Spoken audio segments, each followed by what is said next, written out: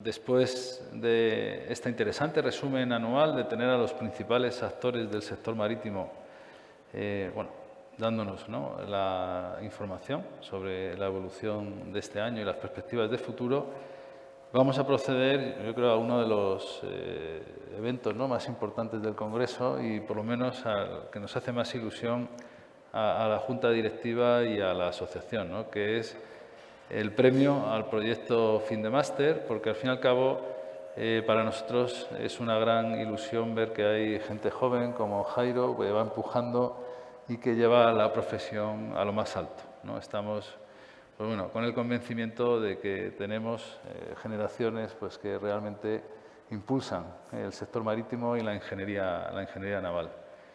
Jairo Cuadros es ingeniero naval y oceánico por la Universidad Politécnica de Madrid.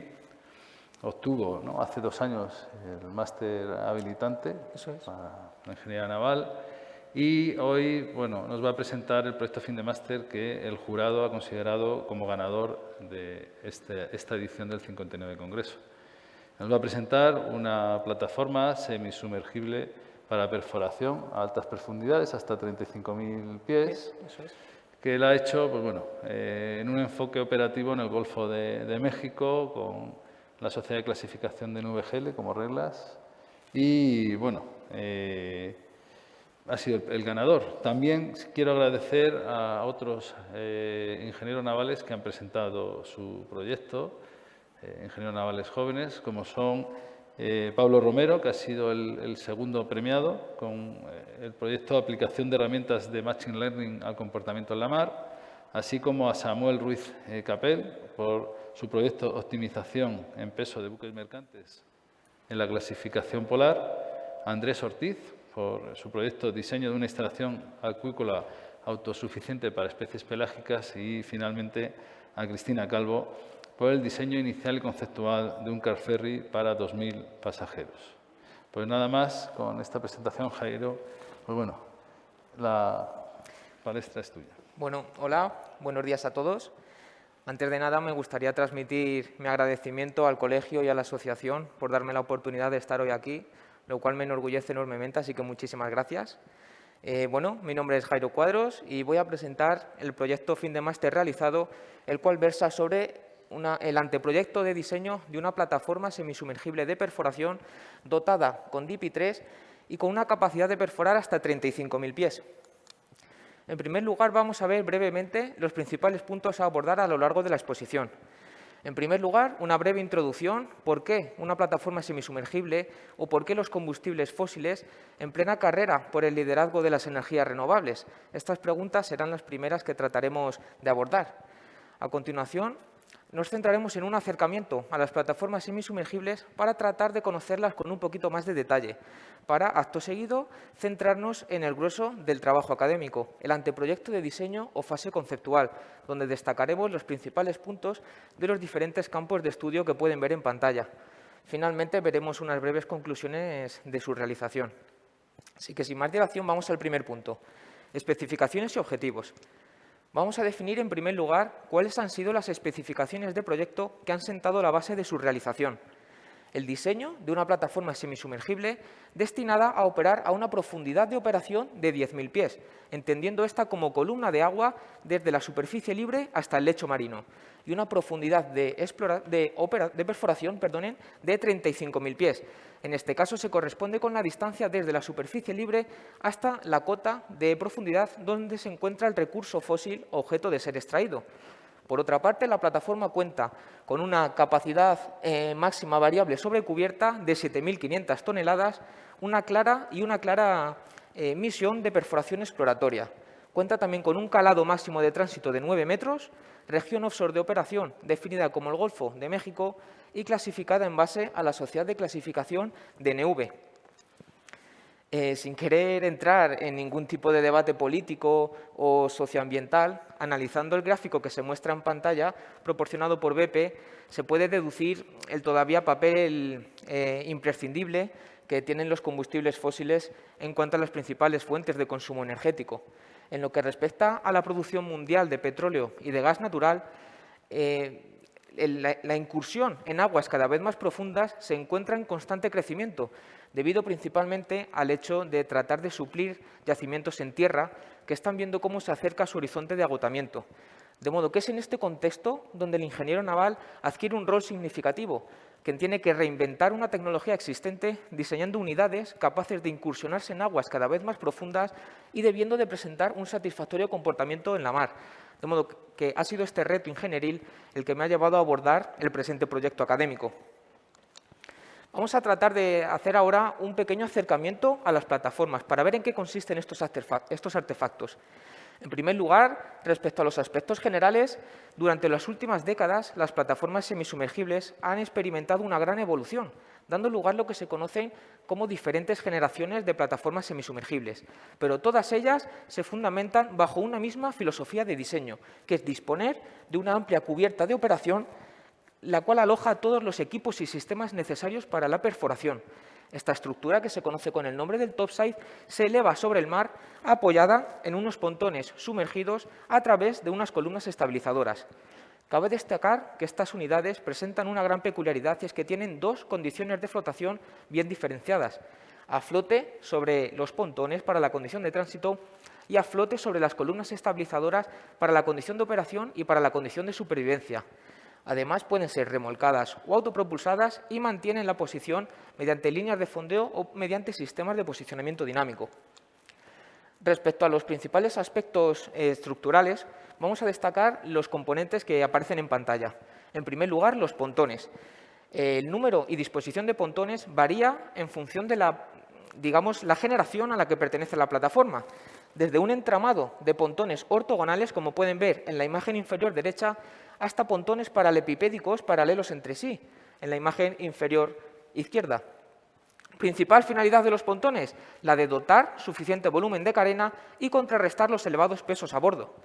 Abordando ahora las columnas estabilizadoras, en este caso número y disposición en función de la configuración de pontones, tal y como se puede ver en las imágenes inferiores. Principal finalidad de las columnas es la de dotar de una estabilidad necesaria para el correcto desarrollo de la misión, ya que la sección horizontal de las columnas fija las inercias longitudinales y transversales para el cálculo del radio metacéntrico. Y finalmente, los bracings, que no son más que tirantes, generalmente de sección tubular constante, que rigidizan la estructura. Sí es verdad que a medida que se han ido generando diseños globalmente más rígidos, estos bracings han ido cayendo en desuso, pero sí que se han mantenido los tirantes inferiores entre columnas de ambas bandas para tratar de absorber, digamos, la componente del esfuerzo cortante que inducen los oleajes de costado, como se puede ver en la imagen que se refleja en la parte izquierda de la pantalla. Finalmente, vamos a analizar cuáles son los principales requisitos de diseño que se imponen en estas unidades. Básicamente son los que pueden ver en la tabla, que son requerimientos de estabilidad y de comportamiento en la mar. Una altura metacéntrica superior a 15 pies para la condición de operación, GM positivo para todo el rango de escoras y un periodo de narfada superior a 20 segundos.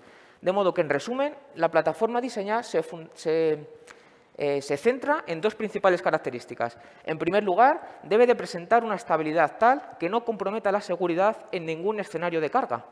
Recordando brevemente la expresión del GM, si queremos, vamos a decir, maximizar este parámetro, en una primera vuelta a la espiral podremos aumentar la inercia en la flotación o reducir el KG de la unidad, como por ejemplo aumentando el volumen de lastre.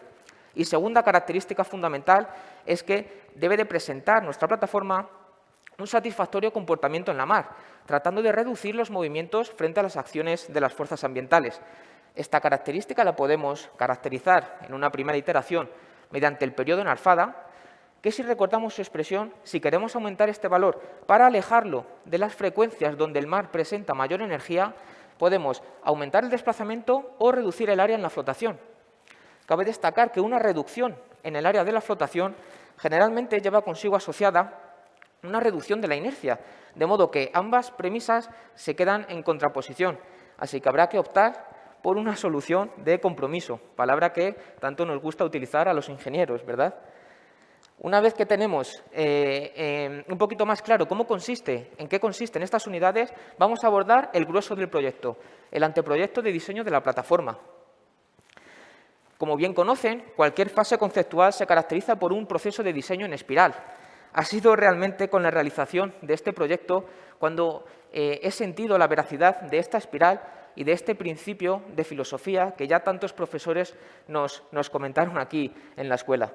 De modo que, en primer lugar, se ha abordado el predimensionamiento de la embarcación. Se ha definido una base de datos y se ha extraído la información necesaria para definir las dimensiones principales. A continuación, se ha abordado el capítulo de las formas. Una vez que tenemos las dimensiones principales, se definen las formas y se abordan algunos capítulos o algunos cálculos, como por ejemplo la tipología de extremos de pontones o número y sección de columnas estabilizadoras. Una vez definimos las formas, se procede a abordar la disposición general. Se ha realizado un análisis funcional de la misión a desempeñar por la plataforma. Una vez tenemos las formas y su disposición general, se continúa con la arquitectura naval, un capítulo de vital importancia para estas unidades. Se han definido todos los tanques y consumibles a disponer a bordo y se han incluido al programa de arquitectura naval para realizar los cálculos de estabilidad intacta y de estabilidad en averías. Una vez tenemos clara una vez hemos solventado, digamos, este gran capítulo, continuamos con el análisis estructural. Nos hemos focalizado en la dimensión estructural de los pontones mediante un escantillonado de los mismos y mediante un análisis de elementos finitos de la zona central representativa de estos. A continuación, se aborda la generación y distribución eléctrica. Se ha realizado un balance eléctrico para poder dimensionar los trastes y los grupos electrógenos, dando pie así a abordar el comportamiento en la mar. De nuevo, otro capítulo muy importante para estas unidades. Objetivo principal, cuantificar la operatividad de la plataforma. Nos hemos ayudado del software de Aqua y hemos tratado de resolver el problema de difracción en el dominio de la frecuencia. Y finalmente, como último capítulo reseñable, se ha abordado el posicionamiento dinámico de la plataforma. Aprovechando los outputs del análisis de Seakeeping, se ha generado un diagrama de capacidad para la condición de operación. De modo que ahora que tenemos un poquito en mente cuál ha sido el alcance del proyecto, vamos a destacar algunos aspectos de cada capítulo. Vamos con el primero, el predimensionamiento. Este se ha abordado mediante la herramienta Solver de Excel, tratando de abordar o definir un pequeño problema de optimización. A partir de la base de datos se han definido las variables de diseño. Estas variables son los parámetros que definen la geometría de la plataforma. Una vez tenemos esas variables de diseño, que serán las que el solver iterará sobre ellas, se definen también unas variables auxiliares, las cuales permanecen constantes a lo largo del proceso, como por ejemplo constantes universales o geometría de bracings y puntal del topside. Una vez tenemos las variables de diseño y las variables auxiliares, definimos unos parámetros de decisión, que no son más que unos cálculos intermedios, como por ejemplo de KG o de BMs, sobre los cuales imponemos unas restricciones operativas de estabilidad, de comportamiento en la mar y geométricas, quedando así el problema de optimización completamente definido y se obtienen las dimensiones principales que se muestran en pantalla, de modo que, sujeto a unas restricciones, presentan mínimo peso estructural. Una vez tenemos las dimensiones, continuamos con las formas. Me gustaría destacar aquí el análisis de la tipología de extremos de pontones, lo cual se ha abordado mediante un análisis jerárquico ponderado. Hemos definido 4 alternativas: rectos, triangulares, circulares y mixtos. Y para cada alternativa se han definido y se han comparado una serie de criterios ponderados del orden que pueden ver en pantalla. Mediante comparaciones cruzadas entre sí, se ha obtenido que corresponde con la tipología de extremos triangulares la que mejor satisface estos criterios aquí expuestos. Una vez que tenemos definidas las formas, se procede a su modelado y a su incorporación al software de arquitectura naval para continuar con los análisis relevantes para los capítulos que suceden al trabajo. Una vez tenemos las formas, continuamos con la arquitectura naval. Como hemos dicho, un capítulo de gran importancia para estas unidades. Rápidamente, en un primer lugar, hemos definido todos los pesos y los consumibles que componen las partidas de peso muerto y de peso en rosca, distinguiendo para las diferentes condiciones de carga a evaluar. De modo que, teniendo en cuenta los porcentajes de llenado para cada condición, así como la consideración o no de cargas operacionales, se ha incluido toda esta información al software de MaxSurf para tener, vamos a decir, los ingredientes listos para el cálculo de la estabilidad intacta y el debido compartimentado para la estabilidad en averías. De este modo, en primer lugar, estabilidad intacta. Lo primero de todo, definir los criterios a cumplir, en nuestro caso, la normativa MODU, que no son más que los que se muestran en pantalla, alguna serie de restricciones en cuanto a cálculos de GM o valores que debe de adquirir. Cabe destacar que la curva de momentos escorantes se ha calculado de manera analítica, escorando la plataforma y calculando las áreas expuestas al viento, y respecto a las direcciones sobre las que calcular la estabilidad, se han evaluado aquellas direcciones en las que la plataforma presenta una menor inercia, ya que no es algo, digamos, tan trivial como en un buque convencional monocasco. Se ha obtenido que es necesaria un cálculo de estabilidad transversal para la condición de operación y supervivencia y un cálculo de la estabilidad longitudinal para la condición de tránsito. De este modo, corremos los análisis pertinentes para, digamos, corroborar el satisfactorio cumplimiento de la normativa. Como pueden ver y como pueden esperar, se corresponde con la condición de supervivencia la que compromete en mayor medida la estabilidad de la plataforma, ya que el momento escorante es mayor al tener mayores ráfagas de viento. Para concluir con este capítulo, se aborda el análisis de la estabilidad en averías mediante una metodología determinista. De nuevo, en primer lugar, importante los criterios a cumplir, los que se muestran en pantalla. De modo que, una vez que tenemos clara cuál es la extensión de la avería, se ha generado toda la casuística posible de escenarios a ocurrir y se han corrido todos los análisis para, de nuevo, garantizar el satisfactorio cumplimiento, teniendo en cuenta tanto averías de fondo como averías de costado. Una vez solventamos este gran capítulo, vamos a decirlo así, continuamos con el diseño estructural. Dada la envergadura del artefacto, nos hemos centrado en el escantillonado de los pontones. Los valores obtenidos son los que pueden ver en las tablas, así como una típica disposición de cuaderna fuerte de una zona central representativa de pontones. Cabe destacar el orden de magnitud, como por ejemplo 20 milímetros en las chapas de fondo o los perfiles primarios dispuestos como las varengas de fondo. Esto se debe principalmente a la gran componente de presión hidrostática que están sufriendo estos elementos. A continuación hemos continuado con un análisis de la resistencia longitudinal a partir de la tensión de buque-viga. Hemos determinado distribución de esfuerzos cortantes y distribución de momentos flectores para nuestra condición de carga más solicitante. En nuestro caso, se corresponde con la condición de tránsito, donde la plataforma se encuentra en una situación de quebranto, máxima carga concentrada en los extremos y una zona central de tanques donde predomina el efecto del empuje al estar descargados en la condición de tránsito. Teniendo en cuenta el momento vertical en olas, así como el módulo de una sección representativa de la zona central de pontones, se ha obtenido una tensión global de buque-viga del orden de 130 megapascales. Para concluir con este capítulo, se ha analizado un pequeño análisis de elementos finitos de esta zona central de pontones, con el objetivo, en primer lugar, de validar los escantillones obtenidos, así como de poder evaluar posibles efectos combinados de las cargas. Se han discretizado los elementos primarios de la estructura mediante un modelo de vigas, donde se han impuesto las presiones de diseño y se han puesto también restricciones de simetría y condiciones de empotramiento en las intersecciones con los mamparos estancos. Se ha evaluado la sigma de von Mises como, digamos, escalar representativo del tensor de tensiones y se ha comparado con la sigma admisible que propone la normativa. En general, satisfactorio cumplimiento de este requisito, pero como pueden ver en pantalla, hay algunas zonas en las que se supera este valor. Esto se debe, por ejemplo, estos fenómenos suceden en las intersecciones de las bulárcamas de costado con los baos de la cubierta principal. Y este fenómeno se debe principalmente a una limitación que presenta el modelo de vigas, donde no hemos modelado ningún elemento de superficie que garantiza una mayor transmisión de esfuerzos, como el uso efectivo de las cartelas en estas intersecciones, de modo que podemos asumir como aceptables estos primeros valores obtenidos. Una vez que tenemos el análisis estructural, vamos a destacar algunos puntos de la planta eléctrica de nuestra plataforma.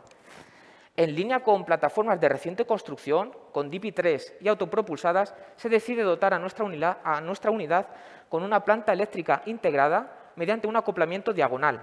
¿Esto qué implica? Básicamente que el cableado de dos cámaras de máquinas o dos salas de generadores circula por una misma columna estabilizadora, de modo que la pérdida de una sala de generadores no implica la pérdida del empuje total en una de las secciones de nuestra unidad, aumentando así el grado de redundancia.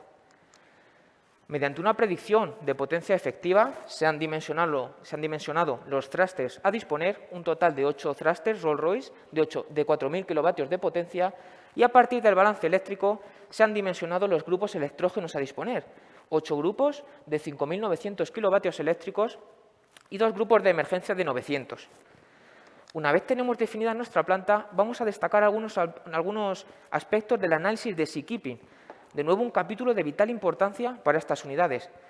Recordamos nuestra unidad destinada a operar en el Golfo de México a unos 10.000 pies de profundidad. Se define el puerto de Galveston, Texas, como puerto base de nuestra plataforma y respecto a las zonas de interés se define el sector GMZ-19 como zona representativa del Golfo de México con yacimientos fósiles a tales profundidades. De modo que una vez caracterizada el entorno, se analizan las boyas oceánicas de dicha zona para tratar de definir los principales fenómenos físicos relevantes para el análisis de Seakeeping. En primer lugar, temperatura. Se ha definido una temperatura ambiente de diseño de 0 grados centígrados. Respecto al viento, se ha analizado una rosa de los vientos para tratar de caracterizar cuál es la componente principal en su dirección. Se han definido también velocidades extremales para la condición de operación y para la condición de supervivencia. Continuamos, el oleaje. Hemos definido espectros de oleaje estándar, Pearson-Moscovitch, en función de la altura significativa de ola y del periodo de pico, definiendo finalmente unas velocidades para las corrientes marinas, distinguiendo entre operación y supervivencia, así como en la profundidad. De modo que una vez tenemos caracterizados todos los fenómenos físicos, procedemos a abordar el análisis del comportamiento dinámico. Hemos discretizado la plataforma mediante una malla de paneles de difracción y se ha incluido al software de Aqua para tratar de abordar el complejo problema de la difracción en el dominio de la frecuencia. Se han evaluado frecuencias propias de movimientos verticales, coeficientes hidrodinámicos de masa añadida y amortiguamiento, así como funciones de transferencia para los grados de libertad de interés de estudio. Objetivo de todo ello, determinar la operatividad de nuestra embarcación, de modo que se han calculado algunos parámetros estadísticos a corto plazo relacionados con movimientos y aceleraciones en el centro de gravedad y en el puente de gobierno. Cabe destacar que se ha superado ligeramente el valor del RMS, máximos valores de desviación estándar, para situaciones de cabeceo en mares de proa y popa para supervivencia. Tenemos que tener en cuenta, ¿no?, que esta condición de supervivencia corresponde al oleaje de los 100 años y que no se han tenido en cuenta algunos fenómenos como el amortiguamiento de origen viscoso, de modo que podemos aceptar, ¿no?, estos resultados en una primera iteración. Y finalmente, como último capítulo reseñable, destacar el análisis del posicionamiento dinámico. Se ha determinado el empuje disponible en función de la configuración de los propulsores descritas y se ha estimado las fuerzas ambientales, fuerzas del viento, de las corrientes y la componente de deriva del oleaje a partir de las funciones de transferencia cuadráticas obtenidas con el análisis de Seakeeping. De modo que se ha generado un diagrama de capacidad para la condición de operación y para un supuesto peor fallo en el que perdemos la propulsión en 2 de las secciones de la plataforma. Obtenemos finalmente el diagrama de capacidad que pueden ver en pantalla y destacar la dirección de peor incidencia de 22,5 grados, distinguiendo para velocidades de corriente de 1 nudo y 2,1 nudos. Así que con todo ello concluye el trabajo fin de máster realizado. Simplemente me gustaría destacar algunas conclusiones de él, ¿no?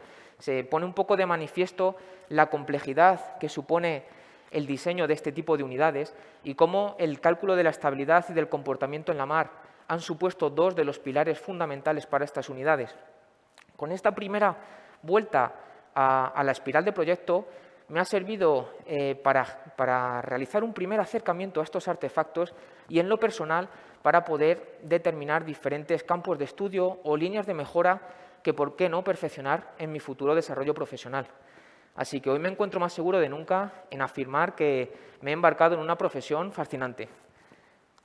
Nada más por mi parte, espero que les haya resultado de interés. Muchas gracias por su atención y, de nuevo, muchas gracias por este reconocimiento. Gracias. Sí, Jairo, bueno, enhorabuena. Yo Muchas creo gracias. que todos vosotros habéis podido comprobar, ¿no?, el gran trabajo, el excelente proyecto, muy riguroso, muy detallado, exhaustivo, teniendo en cuenta, pues bueno, todos los factores y criterios necesarios, ¿no?, para abordarlo y para tener un proyecto, pues bueno, magnífico. Enhorabuena y bueno, estamos seguros y tranquilos de que las nuevas generaciones pues, están muy bien preparadas y bueno, gracias también por tus palabras, ¿no? Por que todos estamos enamorados de esta profesión y nos parece fantástico. Gracias.